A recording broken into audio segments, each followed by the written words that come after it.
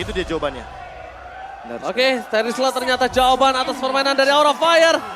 Jadi kita bakal melihat apakah dendam akan dibalaskan dengan kemenangan 2-0 tanpa lawan. Apakah Aura memaksa ke game yang ketiga. So, MPL Arena beri tepuk tangannya. Itu dia game yang kedua Gunifer.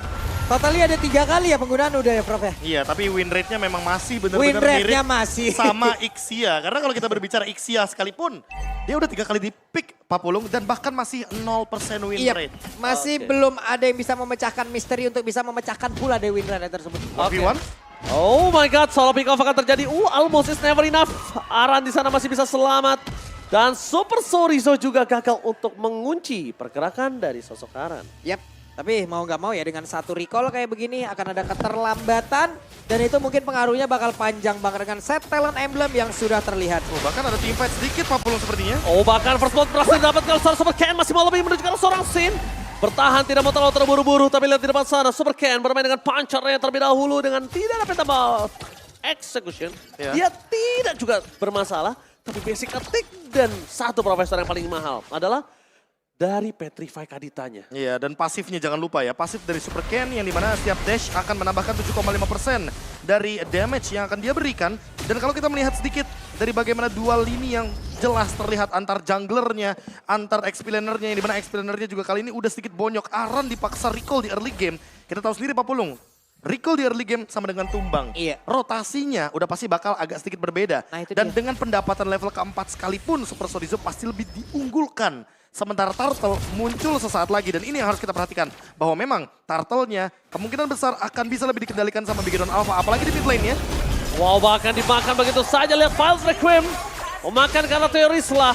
Early game memang mereka memiliki power dan bahkan ini harus mereka pegang sampai menuju ke arah mid to the late game. Di depan sana ada Super K. Memaksa pergerakan dengan Mystikas yang telah dikeluarkan dan bahkan dimakan Mystikasnya gagal. Mendapatkan satu poin jelaran, Flicker harus dikeluarkan. Tidak ada zoning out terjadi kali ini. Super Ken akan coba bermain tapi mereka mengandalkan Hai yang berada dengan launching ball-nya. Dengan Petrify Gaming, Rough Wave ditenggelamkan. Pakito dari arah non-flicker for this time. Ada retribution akan coba terjadi. Fan memiliki Vault Requiem dan bahkan ada Taurus di sana. Lihat retribution from Fan. Again. Kembali menunjukkan batang hidungnya. Tanduk dari sang bayi naga berhasil menunjukkan kekuatan dari power of retribution-nya. Ini luar biasa sekali ya. Akhirnya Fan menunjukkan, cuman tadi yang gue lihat adalah Aran.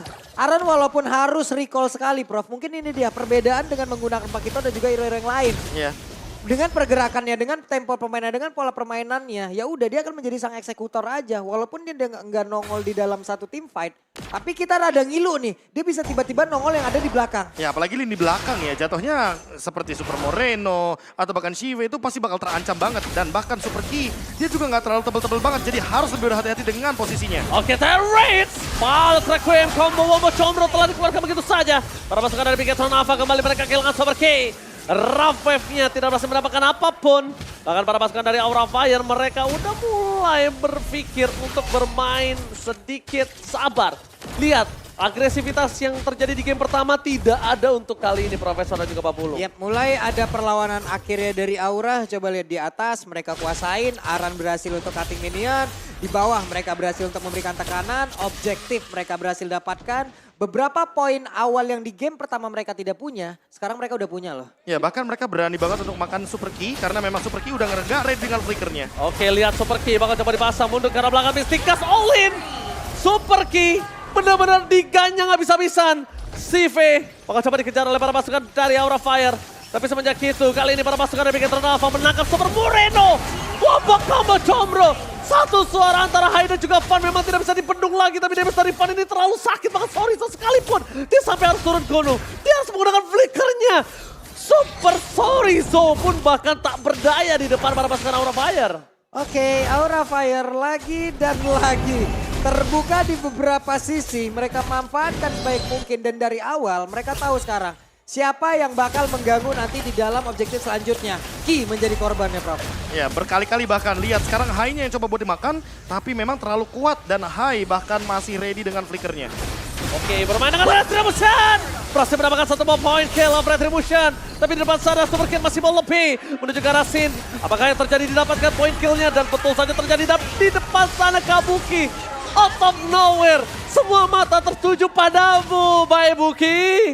Ini di tempat yang berbeda lagi coba lihat tuh. Antara Aran dan juga Sorizo. Bertemu di landing yang Ken berbeda dapat. dan sekarang wow. Ken dapat di sana posisinya. Dan memang dengan perubahan tadi sedikit di arah turtle-nya.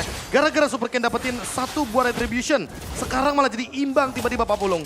Dan ini dia combo edit sama Kadita. Ada beberapa player yang bilang juga ini adalah combo yang sangat mengerikan.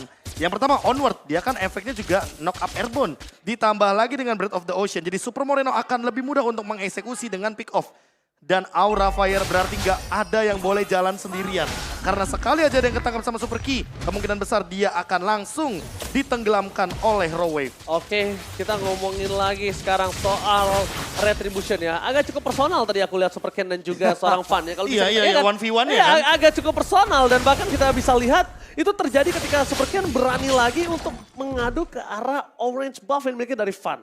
Ya, jadi jatuhnya juga nggak mau ngelepasin satu hal yang cukup penting dari Fan agar levelnya tidak begitu tertinggal jauh. Oke, tapi lihat Super Moreno Petrify Game dikeluarkan bersama dengan Rough Wave. Itu ternyata hanya pin belaka untuk membuat para pasukan dari Bigetron Alpha bebas. Lihat Sive memberikan damage dengan Blessing Red from Sive. Tapi nampaknya dibalik itu semua Purify Gaming save the day. Not all about memory dari Kabuki membuat Sive berhasil mundur ke arah belakang. Kalau di sini Sive berusaha dimakan oleh seorang Aran, tapi Aran nampaknya gagal untuk melakukan cutting dengan udah flicker yang dia miliki. Rugi di tangan Aran kali ini. Oke, permainan BMI yang bagus pula dipertunjukkan oleh Sive. Andai kalau tidak tadi Prof, selesai itu bertemu dengan Aran. Untungnya permainan dari BMI-nya bisa dia manfaatkan pergi ke landing yang lain, selamat sejauh ini. Bahkan Orange Buff! diambil lagi 2 kali. Again and again, Super Ken menunjukkan kali ini tanduk dari robot yang tajam. Tidak mau kalah dengan tanduk dari sang naga. Dan bahkan di depan sana ada Super Sorizo. Fault Requiem berhasil mendapatkan satu buah point kill. Para pasukan dari Bigetron Alpha nampaknya gagal. Point kill masih selamat tapi Kabuki harus diganyang. Hilang begitu saja. Purple-nya masih menjadi jawaban tapi Rough Wave sudah tidak ada. Tapi walaupun tidak ada Rough Wave, Moreno berhasil menenggelamkan sosok Aran. Laning jauh tidak terada.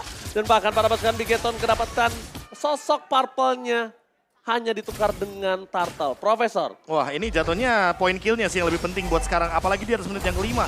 Super Ken tetap unggul. Kenapa? Karena Fan benar-benar ketinggalan dari segi levelnya. Mungkin sekarang satu-satunya cara untuk Fan mengejar ketertinggalan level adalah dengan mencuri beberapa purple buff atau monster jungle milik Super Ken. Tapi secara gold, lihat. Bigetron Alpha menyusul dengan comeback sekitar 1000 gold. Karena tadi Aura Fire di early game.